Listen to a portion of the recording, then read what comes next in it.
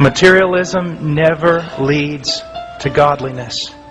Things are only obstacles that get in the way of an eternal perspective.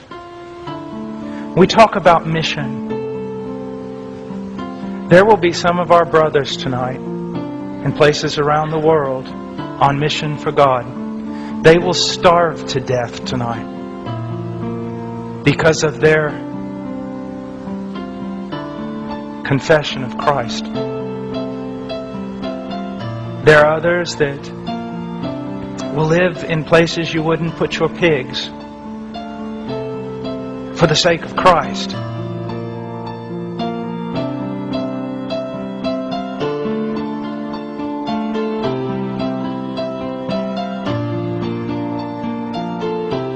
Let me ask you something. How much has Christianity cost you? How much has it really cost you? How much have you had to suffer for the sake of Christ? How much have you lost for Him?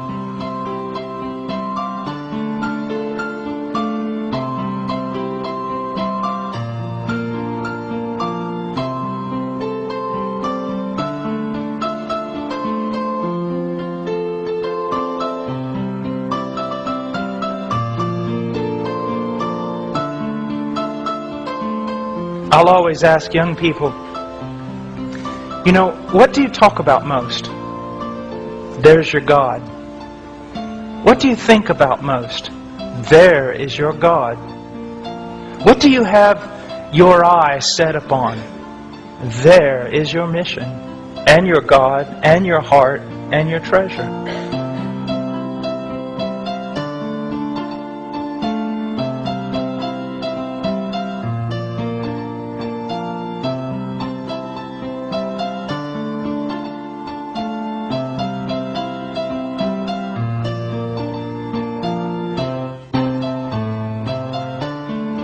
What consumes you?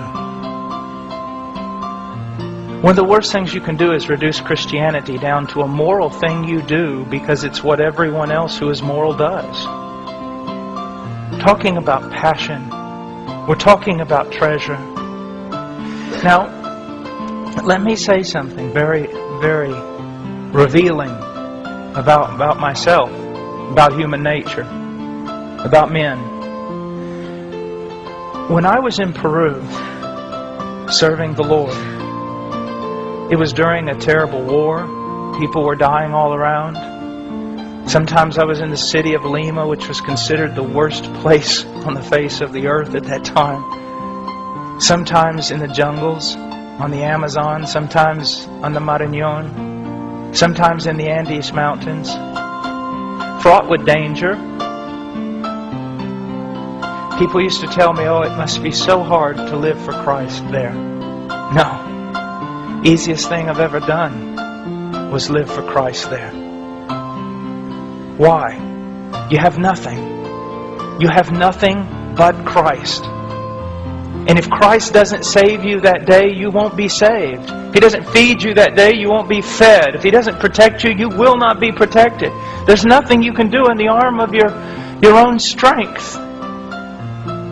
Get up in the morning, you get out of the tent, you go bathe in the river, you come back, you eat something, you go preach the gospel all day, you come home, you collapse in the tent, you wake up the next morning, you do it all over again.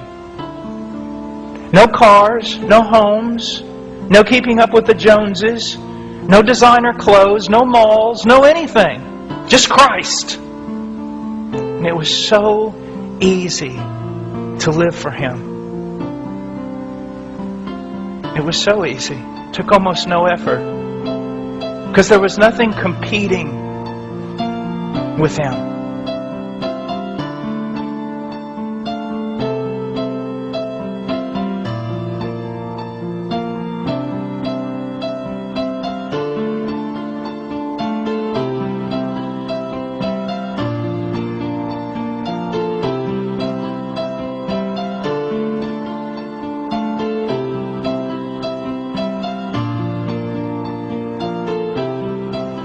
I feel like one of the worst things that ever happened to me, even though I know it isn't, because it is within the will of God.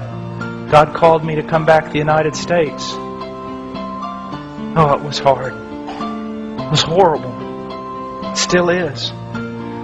Try being in Peru in all that poverty and then snap yourself out of there in 1 second and stand in the middle of a North American mall. It'll make you want to puke.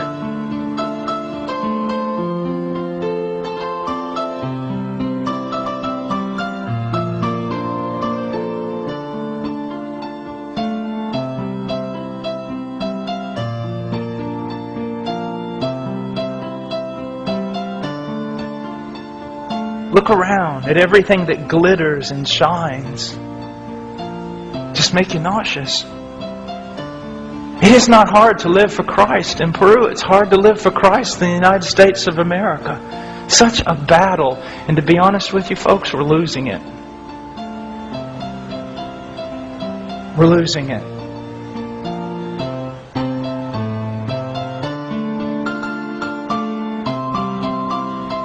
We're losing it.